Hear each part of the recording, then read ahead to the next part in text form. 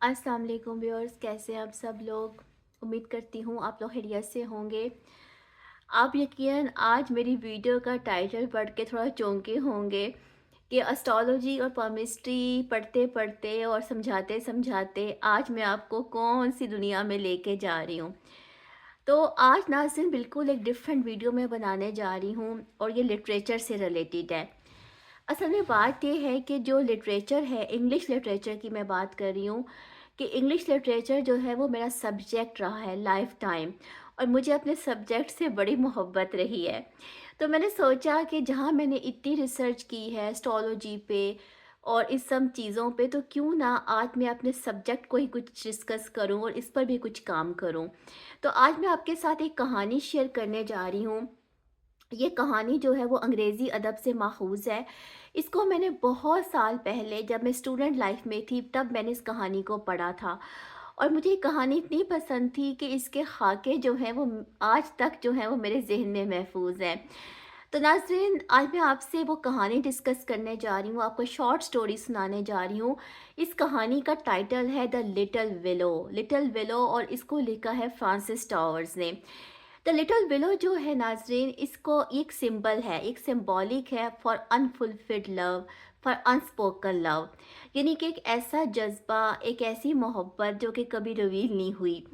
अब इस कहानी के जो हैं दो मेन करेक्टर हैं, एक फीमेल करेक्टर जिसका नाम है लिस्पी और एक मेल करेक्टर जिसका नाम है साइमन। इसके अलावा जो लिस्पी है उसकी सिस्टर्स भी हैं, यानी कि ये तीन बहनें थीं, और इनका एक घर होता है, एक विला होता है। और इस विला में जो है मुख्तलिफ़ किस्म के लोग आकर स्टे करते हैं, जिसमें कि बहुत इंपॉर्टेंट फिगर्स सोसाइटी के होते हैं, सोल्जर्स होते हैं, मिनिस्टर्स होते हैं। क्योंकि ये जो कहानी लिखी गई है ना नाज़रीन, ये सेकंड वर्ल्ड वार के पस मंज़र में लिखी गई है। तो ऑब्वियसली जो सेकंड वर्ल्ड वार है उसके बैकग्राउंड में जो कहानियाँ लिखी गई हैं, जो लिटरेचर लिखा गया है, वो ह्यूमन ट्रेजिडी से बहुत ज़्यादा कनेक्टेड है। अच्छा, होता यूँ है कि उनके घर में मुख्तलिफ़ किस्म के लोग आकर स्टे करते हैं। उसमें एक सोल्जर होता है, इसका नाम होता है साइमन। और ये जो लड़की लिस्पी होती है, ये बहुत ज़्यादा क्वाइट होती है, बहुत ज़्यादा इंट्रोवर्ट होती है, और ये अपनी ज़ात में गुम रहने वाली जो है वो लड़की होती है। और जब ये साइमन से मिलती है तो इसे ऐसा फ़ील होता है जैसे इसका और साइमन के दरमियान कोई इमोशनल कनेक्शन है। लेकिन ये दूसरे से कुछ नहीं कहते, ना साइमन इसे कुछ कहता है और ना लिस्पी कुछ कहती है।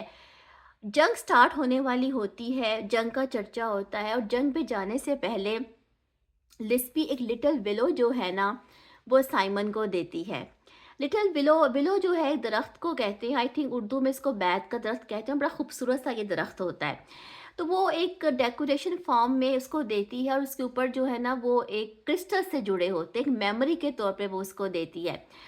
और वो रख लेता है साइमन, और जंग स्टार्ट हो जाती है। जंग में होता ये है कि इसकी डेथ हो जाती है। जो साइमन होता है, जो इस कहानी का मेल कैरेक्टर होता है, हीरो होता है, ठीक है, उसकी डेथ हो जाती है जंग में। और जंग में जाने से पहले वो अपने दोस्तों को, अपने फ्रेंड को कहता है कि ये जो लिटिल विलो है ना, ये विलो ट्री मुझे जिस लड़की ने दिया था, मैं उसके साथ बहुत ज़्यादा मोहब्बत करता रहा हूँ और मैं उसके साथ इन्वॉल्व हूँ। तो ये बात सिर्फ़ उसके फ्रेंड को पता होती है, वो उसको बता देता है, लेकिन उसकी डेथ हो जाती है।